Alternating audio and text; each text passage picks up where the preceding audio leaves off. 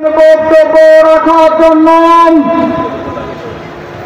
প্রাণবন্ধ অনুরোধ জানাচ্ছে এই বরুণার কৃতি সন্তান, বিশিষ্ট শিক্ষাবিদ, ঐতিহ্যবাহী নেতানিয়া স্কুল কলেজের সম্মানিত অধ্যক্ষ, কুমিল্লা দক্ষিণ জেলা জামাত ইসলামের সম্মানিত কর্ম পরিষদের অন্যতম সদস্য, আমাদের বরুণার গণমানুষের প্রিয় নেতা, জননেতা অধ্যক্ষ শফিকুল আলম হেলাল বক্তব্য রাখছেন। অধ্যক্ষ শফিকুল আলম হেলাল।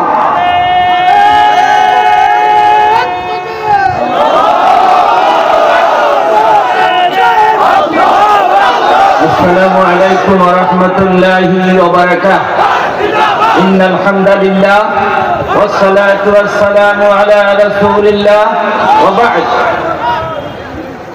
বাংলাদেশ জামাত ইসলামী বরুড়া উপজেলা কর্তৃক আয়োজিত আজকের এই কর্মী সম্মেলনের সংগ্রামী সভাপতি, প্রধান অতিথি, আমাদের সকলের শ্রদ্ধার পাত্র বাংলাদেশ জামাত ইসলামীর নায়েবে আমির ডাক্তার সৈয়দ আব্দুল্লাহ মোহাম্মদ তাহের, উপস্থিত আছেন কুমিল্লা জেলা আমির অ্যাডভোকেট শাহজাহান সহ নেতৃবৃন্দ, আমার সামনে উপস্থিত বরুড়ার কর্মী ভাইরা। আজকে আমরা এমন এক সময়ে এখানে সম্মেলন করতে যাচ্ছি যেই সময়টি আমাদেরকে বলে দিচ্ছে যে বাংলাদেশ হচ্ছে ইসলামের বাংলাদেশ। আল্লাহ তাআলা পবিত্র কোরআনে ঘোষণা করেছেন, ফাল্লাযীনা হাজারু ওয়া উখরিজু মিন দিয়ারিহিম ওয়া উযু ফি সাবিলি ওয়া কাতালু ওয়া কুতিলু লাউকাফিরান্না আনহুম সাইয়্যাতিহিম ওয়া লাউদখিলান্নাহুম জান্নাতিন তাজরি মিন তাহতিহাল আনহার সাওয়াবাম মিন ইনদিল্লাহ ওয়াল্লাহু ইনদাহু হুসনুস সাওয়াব।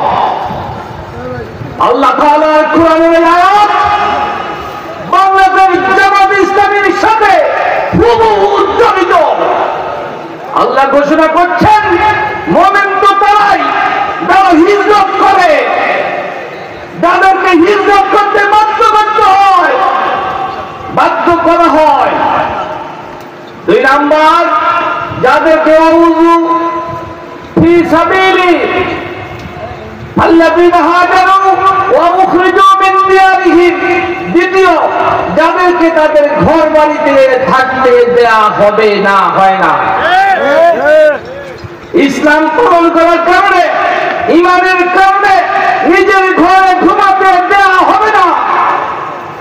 ওয়া উযু ফি সাবিলি, আল্লাহ বলছেন ইসলামের কারণে যারা ইসলাম প্রতিষ্ঠা করতে চায় তাদের উপর জেল, জুলুম, অত্যাচার, অবিচার চলবে।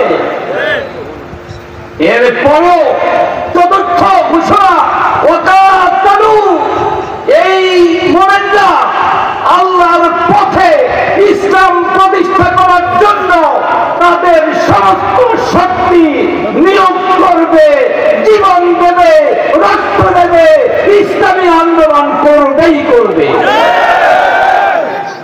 সর্বশেষ আল্লাহর ঘোষণা, পঞ্চম, ও কুতিলু, লড়াই করতে করতে তাদের মধ্যে কেউ শহীদ হয়ে যাবে।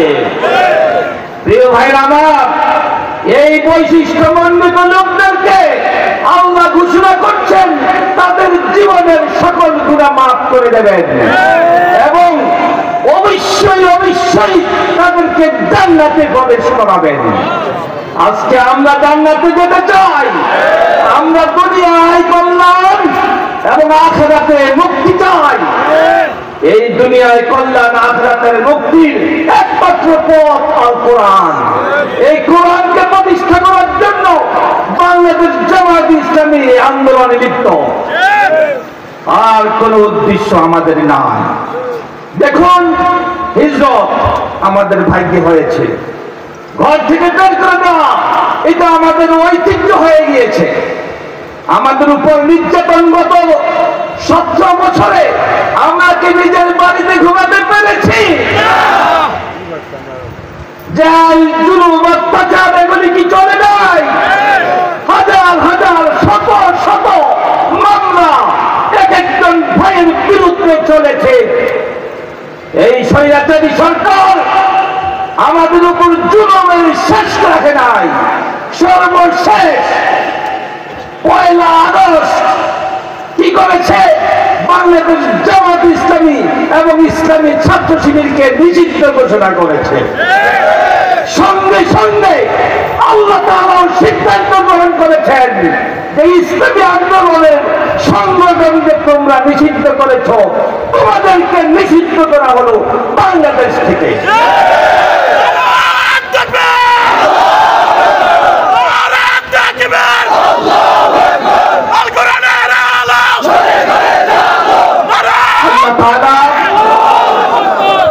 বাংলাদেশ থেকে 1 আগস্টের পরেই 5 আগস্ট বাংলাদেশ থেকে আওয়ামী লীগকে একেবারে বিচ্ছিন্ন করে দিয়েছেন। ওই নেত্রী যখন পালিয়ে গেল, সাথে সাথে পার্টি নেতা থেকে শুরু করে একজন নেতাও বাংলাদেশে খুঁজে পাওয়া যায় না। আর আজকে কোথায়? যারা বলছে খেলা হবে, খেলা কোথায়? মাঠ ছেড়ে দিয়ে পালিয়ে গিয়েছে। সুতরাং এই হলো তাদের পরিণতি। ইসলামী আন্দোলনকে নিষিদ্ধ ঘোষণা করলে যারা ঘোষণা করবে, রাসূল ঘোষণা করেছেন, লা তাযালু তায়ফাতুম মিন উম্মতি কাওয়ামাতুন আলা আমরিল্লাহ লা ইয়াদুররুহা মান খালাফাহা। আমার উম্মতের মধ্যে একটি দল সদা সর্বদা প্রতিটি অধ্যায়ে প্রতিটি যুগে ইসলাম প্রতিষ্ঠার আন্দোলন করেই যাবে।